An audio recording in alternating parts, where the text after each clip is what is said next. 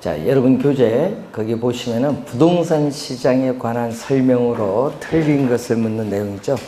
자, 우리가 아까 오늘 배웠던 내용인데, 공표된 것이건 공식적으로 발표된 것이건 그렇지 않은 것, 공표되지 않은 것이건 어떠한 정보도 이미 시장 가치에 반영되는 시장을, 아까 우리 뭐라고 했죠? 강성 효율적 시장. 1번이 바로 정답이네. 중간성 아니 1번이 바로 틀린 지문 정답. 이렇게 개념만 알아도 바로 답을 찾을 수가 있어요. 1번이 정답이고 2번 부동산 시장에서의 정보의 비대칭성. 자, 여러분 정보의 비대칭성 하면 뭐죠? 정보를 많이 가진 사람과 적게 가진 사람 차이를 말하죠. 차이가 있으면 당연히 가격에 뭐가 발생해? 왜곡이 발생하겠죠. 그래서 2번 맞고 3번 부동산 시장에서의 기술의 개발로 공급이 증가한다. 자, 여러분 3번 질문은 요거거든요. 공급이 증가하면 가격은 뭐가 돼? 하락을 하죠. 자, 뭐일 경우 3번은 이 그림 비탄력적 그리고 탄력적 주어진데 공급이 증가하면 어떻게 돼요? 자, 공급이 증가하면은 가격은 뭐가 돼요? 하락을 하는데 얼마만큼 하락하느냐 이걸 보는 거겠죠. 공급이 증가하면 가격은 하락하는데 비탄력적일수록 뭐다? 많이 하락을 하여 뭐보다? 탄력적인 것보다 많이 하락을 한다 얘기죠. 비탄력적으로 가격의 변화폭은 큽니다. 그래서 수익 가격 탄력성이 작을수록 밑줄 여기 포인트인데 작을수록은 뭐다? 비탄력적이야. 그럼 작을수록은 비탄력적일수록 균형 가격 하락폭은 작아진다 커진다? 비탄력 커진다 작아진다? 커진다. 맞는 질문. 작을수록 커진다. 요 두 가지가 포인트. 3번 이런 거 많이 나옵니다. 오히려 중요합니다. 자, 4번 일반적으로 부동산은 일반 조합의 거래비용은 뭐죠? 중개 보수라든지 법적 수속에 따른 비용, 거래비용이 많이 들어요. 또 부동산 이용의 비가역적 특성. 자, 이런 비가역적이란 말은 뭐냐 하면요, 현재 이용되고 있는 건물 용도 이용하고 있죠. 그 건물을 철거하지 않는 한 다른 용도로 바꾸기가 쉬워요, 어려워요? 어렵죠. 요거 얘기하는 거야. 그러니까 현재 어떤 용도로 이용하면 다른 용도로 바꾸기 어렵다. 이걸 전문용어로 뭐라고 한다? 비가역적 특성 때문에 일반 재화에 비해서 의사결정 분야의 역할이 더욱 중요하다. 그러니까 여러분이 살 때 잘 사야 된다는 얘기예요. 다른 용도 바꾸기 어렵기 때문에. 자, 네 번째, 부동산은 다양한 공사적 제한이 존재하며 이는 부동산 가격 변동에 영향을 미칠 수 있다. 여러분 공적 제한하면 대표적으로 뭐가 있어요? 토지 이용 규제 대표적 수단인 지역지구제라든지 또는 개발 행위의 허가 기준 뭐 이런 게 있겠고, 사적 제한으로서는 뭐가 있겠어요? 뭐 지역권이라든지 지상권 뭐 이런 게 있겠죠. 자, 2번 문제로 갑니다. 부동산 시장에 관한 설명으로 틀린 것은 부동산 시장에서는 어떤 특정한 지역에 국한되는 시장의 지역성 혹은 지역시장성이 존재한다. 뭐 때문에?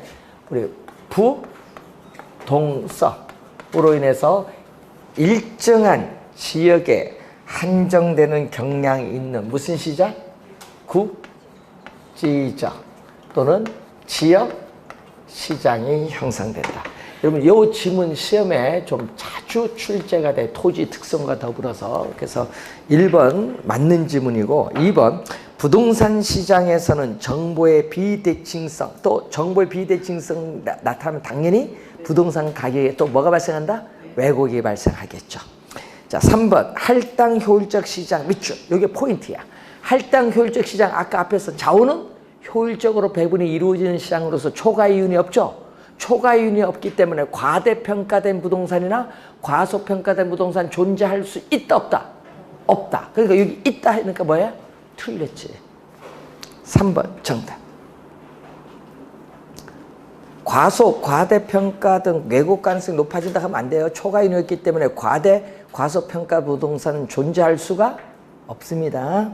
4번 부동산 거래 비용의 증가는 부동산 수요자와 공급자의 시장 진출에 제약을 줄 수 있기 때문에 불안정 경쟁 시장의 요인이 될 수도 있다.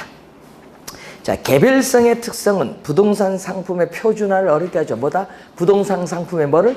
비표준화를 가져오기 때문에 부동산 시장을 더욱 복잡하고 뭐한다? 다양하게 하는 요인이 되죠. 또 정보의 또 거래의 은밀성 때문에 정보의 중요성을 또 증대시키기도 합니다. 자, 정답은 3번이 정답. 자, 3번 문제로 갑니다. 틀린 것을 또 묻는 거죠. 부동산 시장은 지역의 경제적, 사회적, 행정적 변화에 따라 영향을 받습니다. 당연히 받는데 수요 공급도 그 지역의 특성에 영향을 받죠? 네, 받습니다. 지역의 특성은 어떤 지역이 다른 지역과 구별이 되는 특징인데 그 당연히 영향을 받습니다. 자, 2번 부동산 시장에서는 수요 공급의 불균형은 뭐죠? 수요와 공급이 같지 않다는 얘기입니다. 그래서 단기적으로 뭐가 발생한다? 그래서 가격에 왜곡이 발생할 가능성이 있다. 맞고요. 부동산 시장은 거래의 비공개성으로 인해서 불합리한 가격이 형성이 되고 이건 비가역성과 관련이 깊다 하면 안 돼요. 뭐와 관련이 깊어요? 개별성의 특성. 비가역성이 아니라 개별성의 특성에 인해서 우리는 거래에 뭐가 나온다? 비공개성이 나타나죠. 은밀성. 자, 개별성의 특성입니다. 비가역성이 아닙니다. 틀린 질문. 비가역성은요, 용도의 다양성과 밀접한 관련이 있어요. 틀린 질문. 부동산 시장은 외부 효과. 자, 여러분, 이 부동성에 의해서 또 뭐가 발생한다? 부동성에 의해서 토지 이용에 뭐가 발생하죠? 외부 효과가 발생해요. 토지 이용에서의 외부성, 외부 효과가 발생하기 때문에 시장의 실패를 야기하잖아요. 그래서 정부가 부동산 시장에 개입을 하는 근거, 이유가 된다. 그게 몇 번 질문? 4번 질문. 5번 부동산 시장에서는 매도인, 매수인 나오는데 이 얘기거든요. 자, 5번은 부동산 시장의 기능에서 우리가 매도자가 처음 불러본 가격과 매수자가 처음 불러본 가격 호가가 차이가 있죠. 자, 그런데 문제는 어떻게 돼요? 이렇게 매도자가 제한한 가격은 점점 시간이 경과함에 따라 하락을 하고 매수자가 제한한 가격은 점점 올라가죠.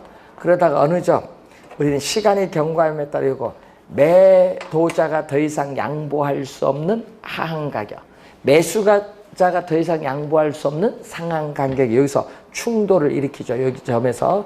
그래서 여기서 뭐 우리는 가격이 형성돼서 교환이 이루어져요. 예? 이 질문이 몇 번? 5번 질문 설명. 자, 4번 문제로 갑니다. 자, 틀린 거죠. 불안정 경쟁 시장에서도 할당 효율적 시장이 이루어질 수 있다. 있다의 동그라미. 여러분, 있다 없다 이거 주의해야 돼. 있다. 왜? 불안정 경쟁 시장에서도 정보의 가치와 정보 비용이 일치하여 초과윤이 없다면 할당 효율적 시장이 될 수 있다. 1번 주의해야 됩니다. 있답니다. 있다가 포인트예요. 자, 진입 장벽. 여러분, 우리 자동차 시장에 삼성 자동차가 들어올 때 반대 심했죠? 진입하는데 쉬워져요. 장벽이 있잖아요. 이 진입 장벽의 존재는 또 부동산 시장을 뭐 한다? 불안전하게 만드는 요인, 불안전 경쟁 시장의 요인이 됩니다. 대표적으로 우리 부동산은 뭐 때문에? 가격이 비싸서, 고가성 때문에. 부동산 시장의 분화, 여러분 전체 부동산 시장이 여러 개 시장으로 나누어지는 현상이죠. 이 분화의 현상은 경우에 따라 부분 시장별로 시장의 불균형을 초래한다. 예를 들면 여러분 전세 시장에서 전세 수요량과 공급량이 달라지죠. 그럼 불균형을 초래할 수 있다. 맞는 질문. 뭐 때문에 나온다? 이거는 부동성에 근거합니다. 네 번째, 강성 효율적 시장에서 정보를 이용해서 초과이익을 얻을 수 있다. 4번이 정답인데 아까 있죠. 강성 효율적 시장에서는 과거, 현재, 미래에 어떠한 정보를 이용해서 투자를 한다 하더라도 투자자는 결코 어느 누구도 초과이익을 획득할 수 없다. 강성 효율적에서 정답 많이 물어요. 4번 정답.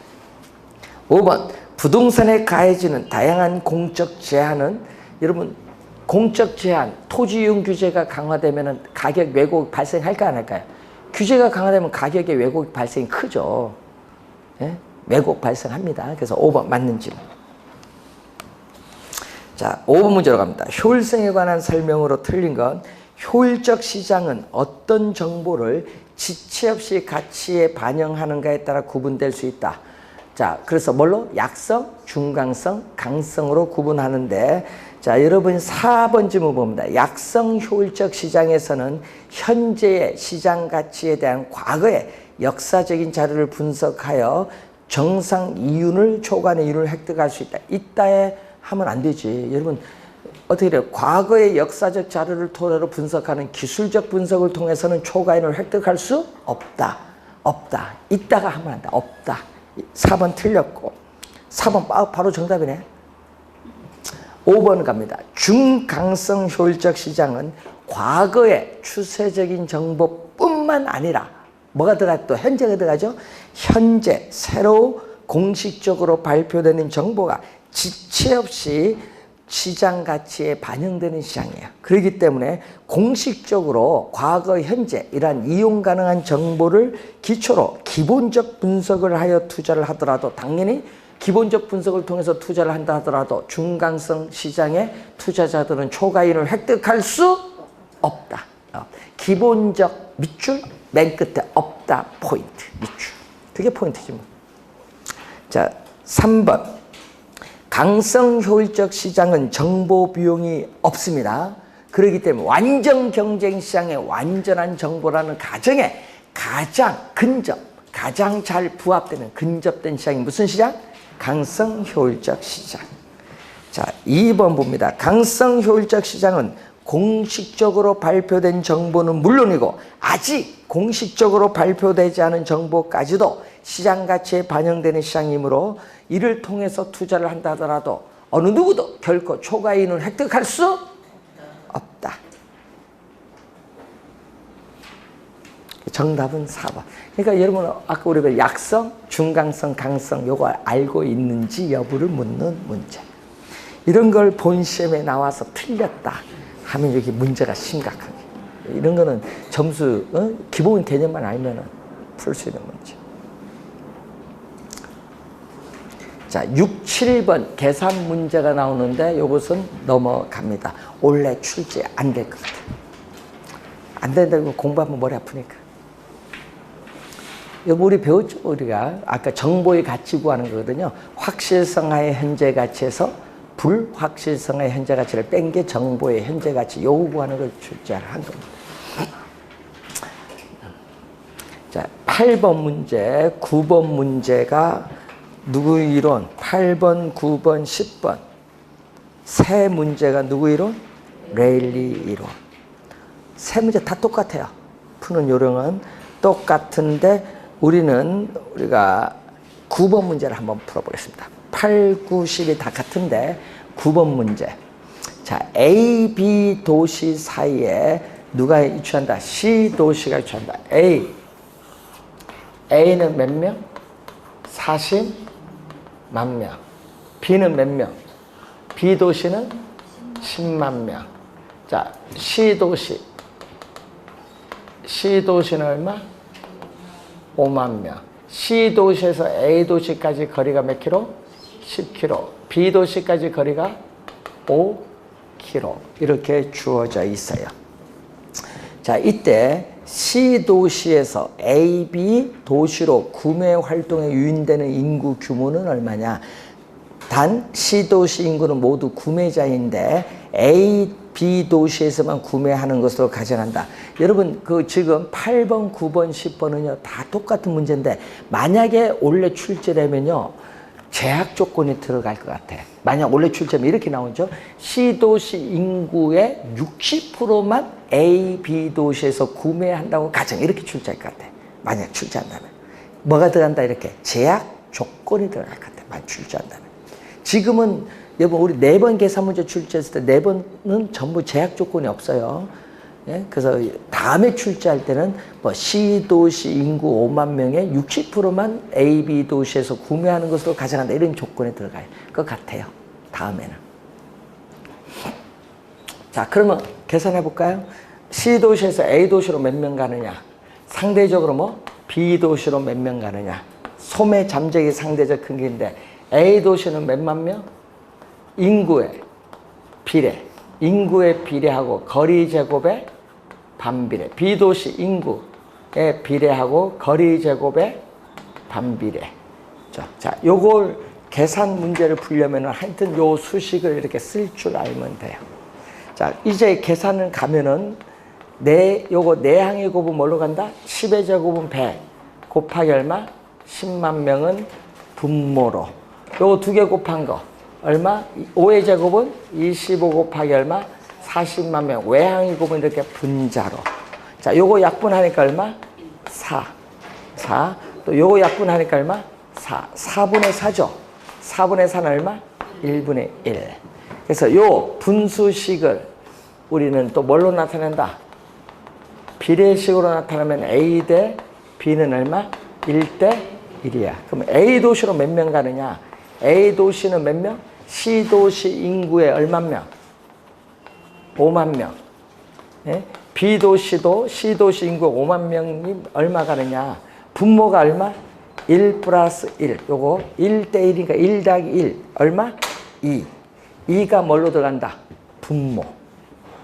분모 중에 A는 얼마? 1. B도 얼마? 1. 그래서 얼마? 2만 5천 명? 2만 5천 명. A 도시로 2만 5천 명 가고 나머지 2만 5천 명 뭘로 간다? B 도시로 간다. 그래서 정답은 3번이 정답.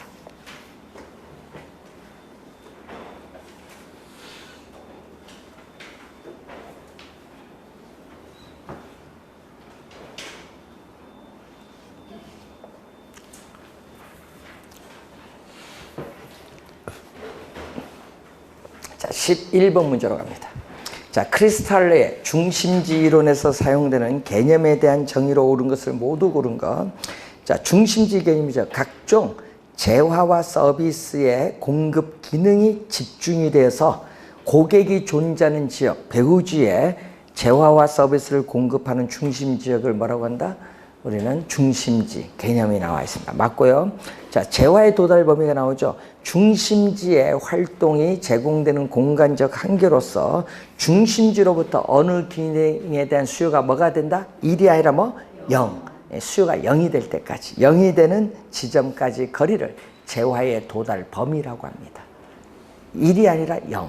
니은은 틀렸고, 최소 요구치는 중심지는 점포, 중심지 기능이 유지되기 위한 최소한의 수요의 요구 규모, 최소한의 고객 수, 수요의 요구 규모 수준을 나타내는 범위를 말합니다.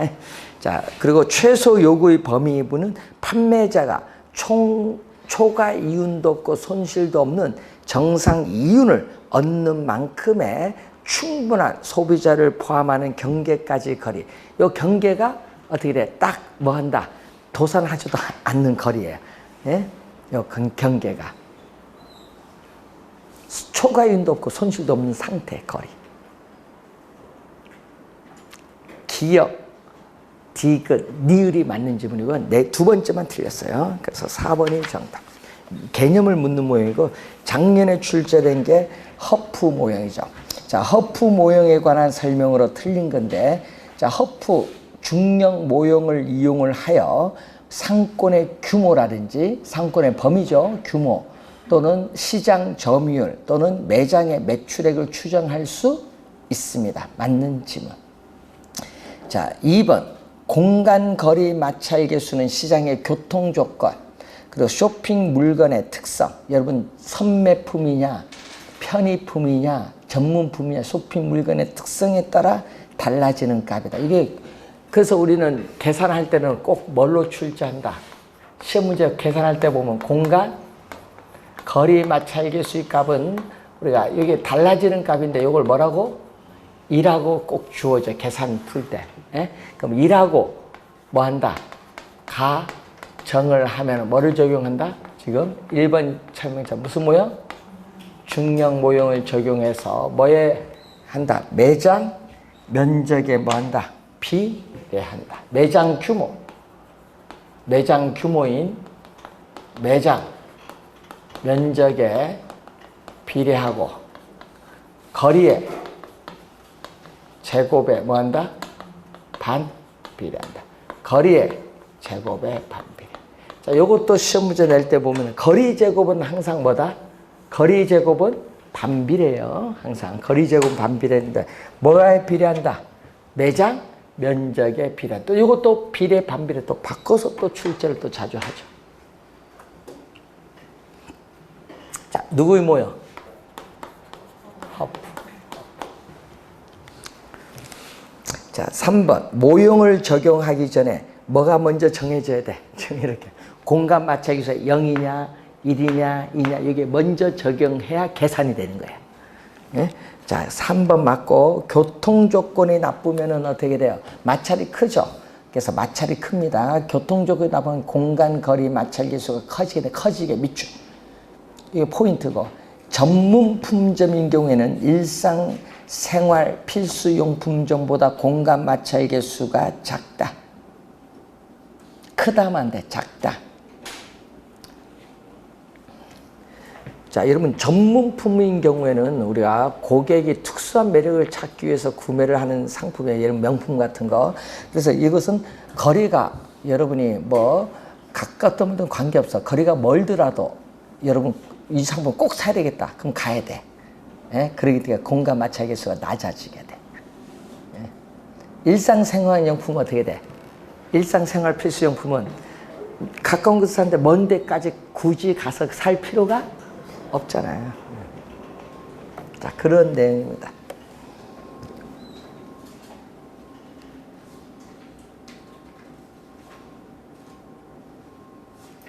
자, 그것을 우선 보면 되는데 맨 끝에 크다 하면 안 되고 작다 해야 맞는 지문. 5번 정답. 여러분 이 4번, 5번 지문이요. 우리 조주영 교수 출제용 교재에 나온 지문을 그대로 출제한 거예요. 또 아까 우리 또 하나 배웠죠. 제로섬 게임. 그것도 출제용 교재에 있는 용어. 자, 13번 문제, 14번 문제, 15번 문제 전부 허프의 모형. 계산 문제인데 하나만 풀어볼게요. 15번 문제로 갑니다. 똑같은 문제니까. 자, 허프 모형인데 항상 여러분이 요게부터 봐야 돼. 요거부터 먼저 정해져야 되니까 박스 한번 보세요. 공간 마찰 계수 얼마? 2. 이게 딱 요거부터 먼저 확인해야 돼. 그럼 뭐를 적용한다? 중력 모형. 요걸 적용을 하겠다. 이런 얘기죠. 자, 이때 X지역의 주민이 할인점 A를 방문할 확률. 여러분 할인점 A죠. A 할인점을 방문할 확률은 뭘로 표현한다? A 할인점을 방문할 확률을 우리 뭘로 표현? 시장 점유율. 율은 퍼센티지 개념이죠. 분모는 뭐다? 전체. 지금 할인점 몇 개? 2개 있어요. 3개 있네. A, B. 자, A 할인점 매장 면적 얼마? 500에 비례. 거리 5km. 거리 제곱에 반비례. B 할인점 얼마? 매장 면적 300에 비례. 거리에 반비례. C 할인점 매장 면적 450에 비례. 거리 15. 거리 제곱에 반비례. 더해주면 뭐다? 전체. 그래서 구하고자 하는 A가 바로 분자. 자, 그럼 계산하면 얼마가 나오죠? 우선은 얼마? 여기 25잖아요. 위에는 20. 그러면은 300을 100으로 나눠주니까 얼마? 300을 100으로 나눠주니까 3. 15제곱은 225예요. 450을 225로 나눠주면 얼마? 2. 2니까 얼마? 25분의 20은 약분하니까 5분의 4. 퍼센트로 가니까 100을 곱해주면 되죠. 5분의 4니까 얼마? 80%지. 시장 점유율을 먼저 구하고 그 다음에 뭐를 구해야 된다? 이용 객수를 구해야 돼. 항상 시장 점유율을 제일 먼저 구해야 돼요. 항상. 이용 객수는 얼마? X지역의 주민 얼마가 나오죠? 문제 4,000명. 4,000명이 나오죠. 자, 4,000명 중에 얼마를 이용한다? A 할인점 80%를 이용하니까 80%가 얼마? 3,200명이 나오죠. 자, 그러면 이제 A 할인점에 이제 뭐가 물었다? 문제는 월 추정 매출액이 얼마냐? 월 우리 추정 매출액이 얼마냐? 얼마 이용한다? 지금 3,200명이 이용하는데 한 명당 그 박스 안에 1인당 월 할인점 소비액이 얼마다? 35만 원이 나오죠. 한 명당 35만 명. 그러면 3,200에 35만 원. 자, 전자계산기 뚫으면 11억, 우리가 2천만 원이 나오죠. 정답은 몇 번? 2번 정답. 여기 11억 2천만 원. 그래서 항상 계산할 때 제일 먼저 구하는 게 뭐다? 제일 먼저 구하는 게 시장 점유율을 구해야 무조건 계산이 돼. 그래서 항상 허프만 나왔다면 제일 먼저 뭐를 계산? 시장 점유율 계산. 자, 올해 시험은 내일이 아니면 허프 계산 문제 출제 예상됨. 올해는. 작년, 재작년, 2년은 이론 출제했기 때문에 올해는 계산 문제 출제 예상이 됨.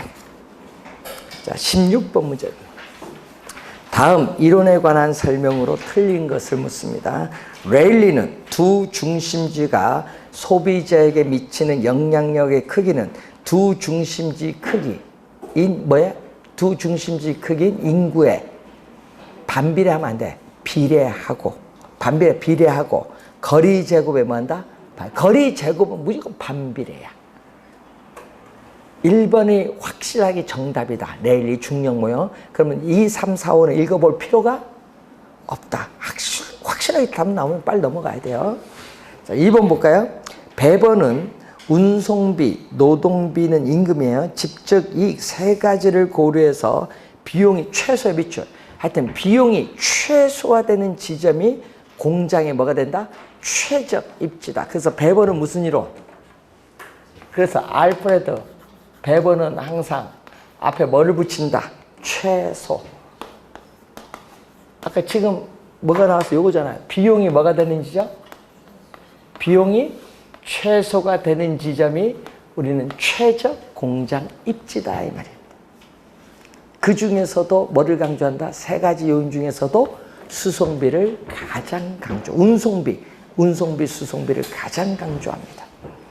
자, 3번. 컨버스는 레일리의 소매 인력의 법칙을 수정했습니다. 그래서 경쟁 관계에 있는 두 소매 시장 간의 상권의 경계 지점, 상권의 경계 지점 분기점이죠. 이 경계 지점을 확인할 수 있도록 소매 중력 모형, 레일리의 소매 중력 모형을 뭐했다? 수정을 했다. 인구를 뭐로 수정했어요? 매장 면적으로 수정했다. 이런 얘기죠. 3번 맞습니다. 레일리의 소매 인력의 법칙을 수정된 소매 인력의 법칙이 컨버스의 모형입니다. 자, 4번 허프는 소비자가 특정 점포, 이렇게 소비자가 이렇게 특정 이런 점포를 이용할 확률이죠. 확률은 소비자와 점포와의 거리, 또 경쟁 점포가 몇 개 있냐 수, 또 우리는 특정 점포의 매장 면적에 의해서 결정된다. 세 가지 요인이죠. 자, 이 질문 2번 출제했습니다. 22회와 29회 시험. 자, 5번 크리스탈러는 재화와 서비스에 따라 중심지가 뭐가 된다? 계층화가 돼요. 저차원 중심지, 고차원 중심지, 중천 중심지 계층화가 되고요. 또 서로 다른 크기. 여러분 중심지 크기가 먼 지역에 영향을 미치고 고차원, 작은 지역에 미치면 저차원. 이 중심지 크기의 도달 범위, 최소 요구비가 서로 다릅니다. 가진다고 보았다. 서로 다른 애 밑줄. 자, 17번. 알프레드 베버의 공업 입지론에 관한 설명으로 틀린 것은 생산자는 합리적 경제인이라고 가정한다. 합리적 경제인 밑줄. 그러면 합리적 경제인이라는 용어는요, 지금 베버는 공업 입지론이거든요. 무슨 얘기냐? 예? 최대의 이윤. 여러분, 이윤 극대화를 추구하는 사람을 합리적 경제. 이윤 극대를 추구하는 사람. 뭐라고 했다? 합리적 경제인.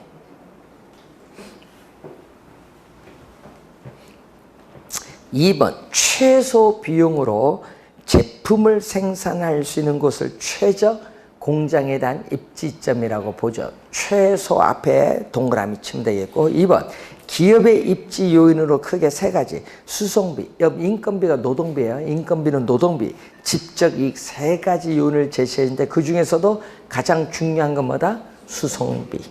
자, 기업은 수송비는 뭐가 된다? 배번은 수송비 비용이잖아. 비용은 뭐가 돼야 돼? 최소가 돼야 되고, 인건비, 노동비도 뭐가 돼야 돼? 최소. 이것도 비용이니까 최소. 이익은? 예. 여러분, 집적은 뭐죠? 한 장소에 공업이 집중되는 건데, 집적에 따른 이익이잖아요. 이익은 최소가 아니라 요거는 뭐가 돼야 돼? 최대. 그래서 틀린 질문은 4번 정답. 5번 등 비용. 등은요 같을 등자. 그럼 비용이 말 그대로 풀이합니다. 비용이 같다. 비용이 같은 점을 연결한 선. 쉽게 풀이하면 비용이 같은 점을 연결한 선입니다. 자, 여러분 기업이 예를 들어서 여러분 기업이 여기 있거든요. 입지상 기업이 여기 있는데 입지를 바꿔 여기로 이동을 한다. 그러면 이렇게 입지를 바꿀 경우에는 뭐가 돼? 이동하면 수송비가 증가하겠죠. 자, 그 얘기예요. 그래서 최소 수송비 지점으로부터 기업이 입지를 바꿀 경우에 이에 따르는 이동할 경우 추가적인 수송비의 부담액이 같은 동일한 지점을 연결한 곡선을 뭐라고 한다? 등 비용선. 입지를 바꿀 경우 추가적으로 비용이 드는데 수송비가 더 드는데 이 추가적인 수송비 부담액이 같은 동일한 지점을 연결한 곡선을 전문용어로 뭐라고 한다? 등 비용선. 말 그대로 비용이 같은 선, 비용이 같은 점들을 연결한 곡선. 자, 18번 문제로 갑니다. 작년에 출제했었죠. 입지계수. 자, 여러분 18번 문제 79페이지에 18번 문제 그리고 19번 문제가 같은 용은 계산인데 우리 작년에 출제된 거 하나 18번 풀어보겠습니다. 자, 문제는 A지역 X산업인데 항상 입지계수 LQ는 뭐를 알아야 돼? 요 공식을 모르면 계산이 안 돼. 그래서 분모는 뭐다? 분모는 정국, 분모는 전국, 분자는 특정 지역, 분자는 이렇게 뭐다? 특정 지역, 분자. 자, 이때 전국의 전체 산업, 전국의 전체 산업 고용자 수에 대해서 전국의 특정의 I 산업 고용자 수가 차지하는 비율. 자, Z지역 전체 산업의 고용자 수에 대해서 Z지역 I 산업 고용자 수가 차지하는 비율이죠. 이때 전국 전체 요거 칸 두 개 만나는 점, 전국 I 산업 두 개 만나는 숫자, 또 Z지역 전체 만나는 거, Z지역 I 산업 요 만나는 숫자가 들어오면 돼요. 자, 그러면 지금 문제가 A지역 뭐를 구한다? A지역 X산업을 구하는 거죠. 자, LQ 갑니다. 자, 전국 전체 표 보세요. 자, 맨 밑에 고용자 수 합계 얼마 나온다? 정지역 400. 그러니까 이게 뭐다? 400이야. 400. 네? 400.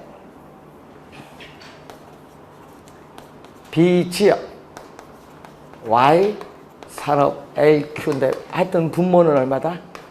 전국 전체는 400. 전국은 전체 400. 자, 그러면은 이제 전국의 무슨 산업? 무슨 산업? X산업. 자, 전국의 무슨 산업?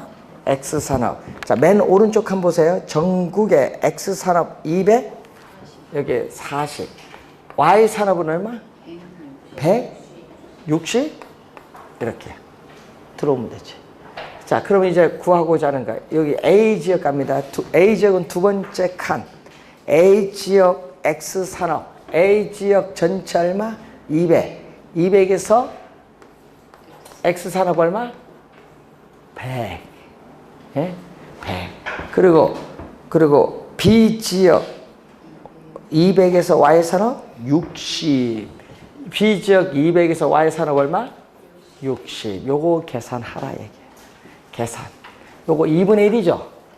내항의 곱은 얼마? 2 곱하기 얼마? 240. 요거 1 곱하기 얼마? 400. 공 하나 없어지겠죠. 예? 그러면은 얼마? 요거 약분하면 20이에요. 24에 20. 10.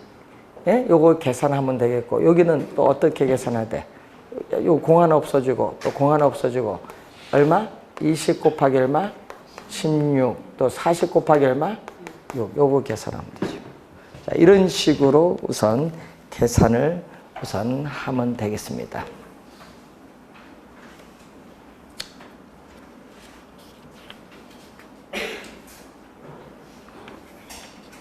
자, 여러분 교재 넘어와서 20번 문제로 갑니다. 다음에서 설명하는 내용을 보기 위해서 올바르게 고른 것인데 연결 잘 시키면 돼. 기억 볼까요? 토지 이용이 도시를 중심으로 지대를 지불할 수 있는 능력에 따라 달라진다는 튀넨의 이론을 도시 내부에 적용했다. 튀넨은 최초의 농업 입지 이론인데 이것을 도시에 적용한 것은 누구? 버제스의 동심원 이론이야. 기억은 튀넨의 고립국 이론을 도시 내부에 적용한 이론. 누구? 버제스의 동심원 이론. 가가 나와야 돼. 기억은. 니은 공간적 중심지 규모의 크기. 여러분 중심지 규모의 크기 밑줄. 여러분 중심지 규모의 크기가 있죠. 저차원 중심지, 중차원 중심지, 고차원 중심지 나오죠. 이 규모의 크기에 따라 상권의 규모도 달라진다. 요거 누구? 크리스탈의 중심지 이론입니다. 다가 나와야 돼. 디귿 특정 점포가 최대 동그라미, 최대 이익을 얻을 수 있는 매출액을 확보하기 위해서는 어느 장소에 입지해야 하는가? 점포 입지 원칙 8가지를 제시한 학자가 누구? 넬슨의 소매 입지 이론이 나와야 돼요.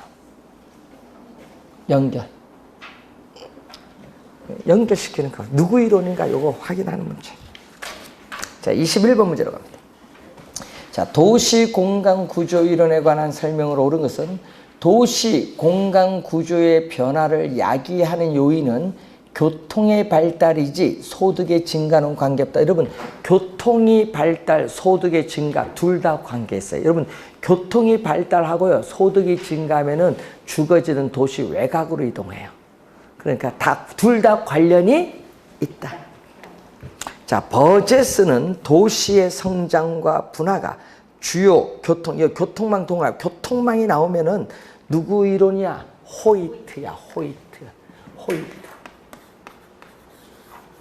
호이트의 선형 이론인데 하여튼 호이트만 떴다 하면 누구?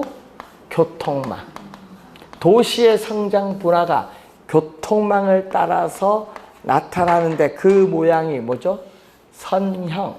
선형은 뭐다? 선은 부채꼴. 형은 뭐다? 모양. 이것을 우리는 뭐다? 쐐기 형태라고. 쐐기 형태의 모양.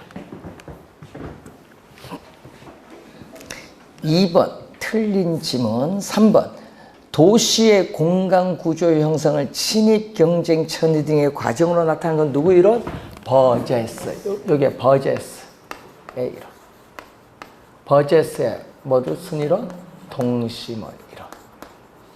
자, 도시의 공간 구조를 무슨 입장에서? 도시 생태학 관점에서 접근을 하는데 이 생태학적인 용어가 어떤 지역에 들어오는 걸 뭐라고 하죠? 침입. 그 지역 원주민과 뭐 한다?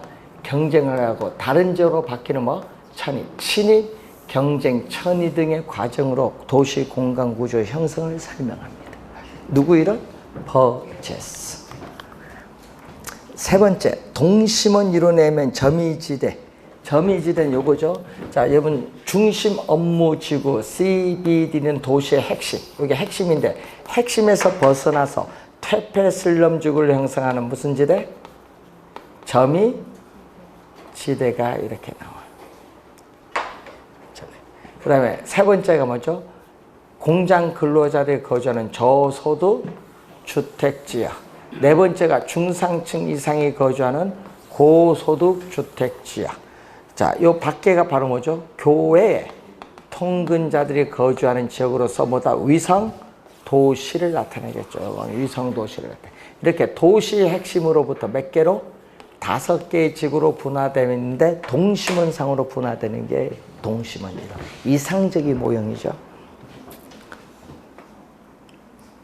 4번 틀렸고 5번 정답인데 다의 핵심 이론의 핵심 요소에는 공업, 소매, 고급 주택 등이 있으며 도시 성장에 맞춰 핵심의 수가 증가하고 특화, 전문화될 수 있다. 특화, 전문화될 수 있죠. 우리 1900 얼마? 45년에 나타난 누구 이론? 해리스. 해리스와 울만의 연구에서 나온 누구 이론이냐? 울만의 연구에서 나타나는 다 핵심. 핵심이 여러 개 있다. 요 두 개는 핵심이 뭐다? 요 두 개는 핵심이 하나. 5번 정답. 그래서 대도시나 거대도시 설명에 적합하고요. 그리고 도심도 있고 부도심도 나와. 부도심이라는 용어 나오면 다 핵심 이론입니다.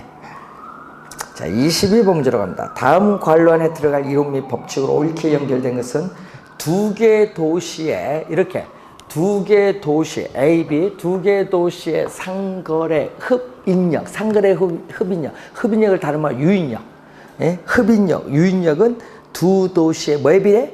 인구에 비례하고 두 도시의 분기점으로부터의 거리 제곱에 반비례한다. 이거 중력 모형인데 누구 모형? 레일리의 소매 인력의 법칙 중력 모형입니다. 두 번째, 도시 내부의 기능 지역이 친입, 경쟁, 천위 과정을 거쳐서 중심 업무지구, 점이지대, 저소득, 고소득 통근자, 주거지역으로 분화되는 형상. 누구 이론? 버제스의 동심원 이론. 자, 그리고 세 번째, 도시 공간 교통망이 떠서 교통망을 따라 확장되는데 부채꼴 모양으로 성장하고 교통축의 접근성이 토지 가격에 영향을 주며 형성되는 거. 요거 호이트의 선형 이론. 자, 맨 끝에 도시 공간 구조는 하나의 중심이 아니라 몇 개의 분리된 중심, 분리된 몇 개의 중심 나오는 거 다 핵심 이론. 예? 몇 개의 분리된 중심 나오면 다 핵심 이론. 그래서 5번 정답.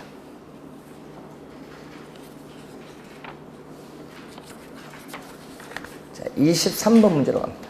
자, 도시 공간 구조 이론에 관한 설명으로 틀린 건 동심원 이론에 따르면은 저소득층일수록 고용 기회가 적은 부도심, 접근성이 양호하지 않은 지역의 주거를 선정하는 경우에 있다. 여러분, 부도심 나오면 안 돼요. 도심, 부도심 나오면 다 핵심 이론이야.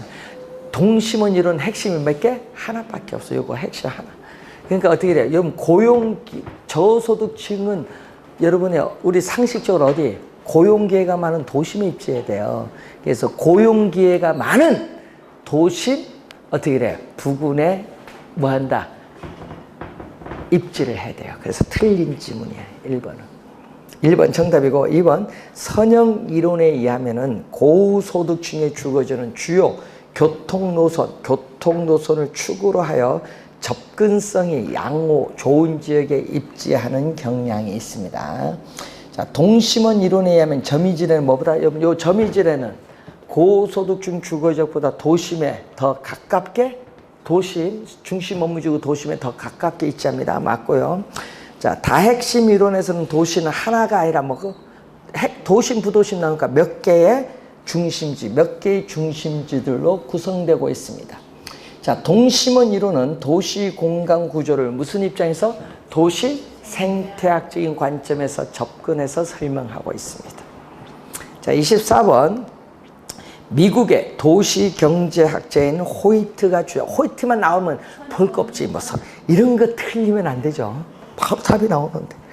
그래서 도시 공간 구조의 성장과 지역의 분화에 있어서 중심 업무지구로부터 도매, 경공업지구, 저급, 중급, 고급 주택지구들의 주요 교통노선 밑줄, 그리고 쐐기형 웨지라고 하죠. 우리 여러분 스케이트 할 때 웨지 얘기 많은데 이런 얘기예요. 여기 이런 얘기.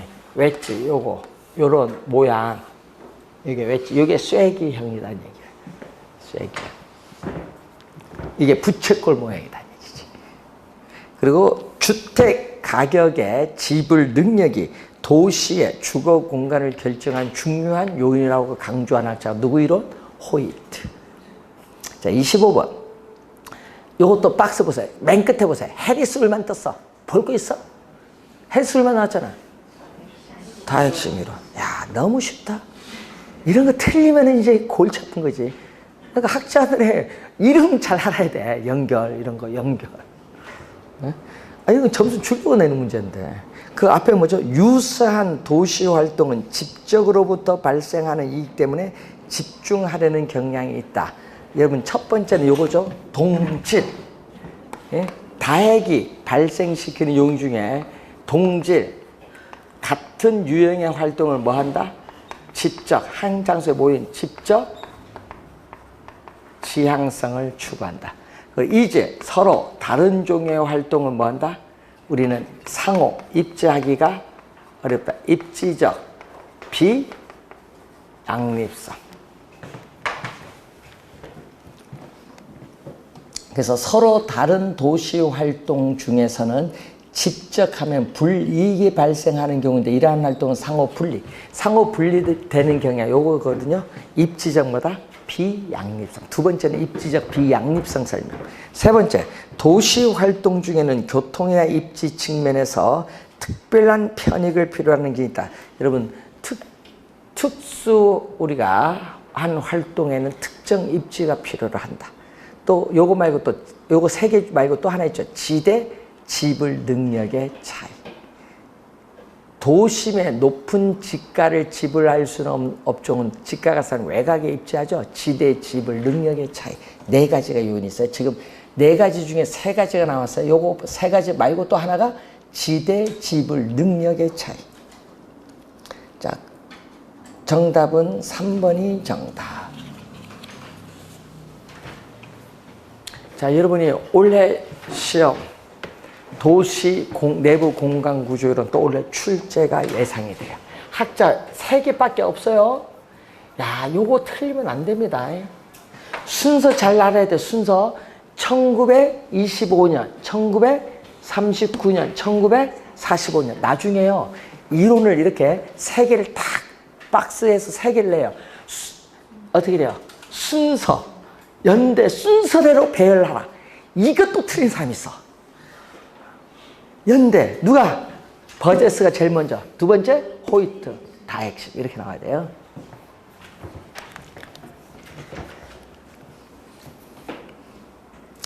자, 우선 도시 내부 공간 구조는 원래 한 문제 출제 예상이 되고요. 그 다음에 지대이론도 원래 또 한 문제 출제합니다. 다 학자들의 견해야. 상권 분석 뭐요? 지대이론 그리고 요게 도시 내부 구조는 다 학자들의 견해를 출제를 하는데, 자, 지대이론도 원래 학자들의 견해 중요합니다. 자, 그래서 여러분 26번 문제부터는 잠시 쉬고 시작하겠습니다.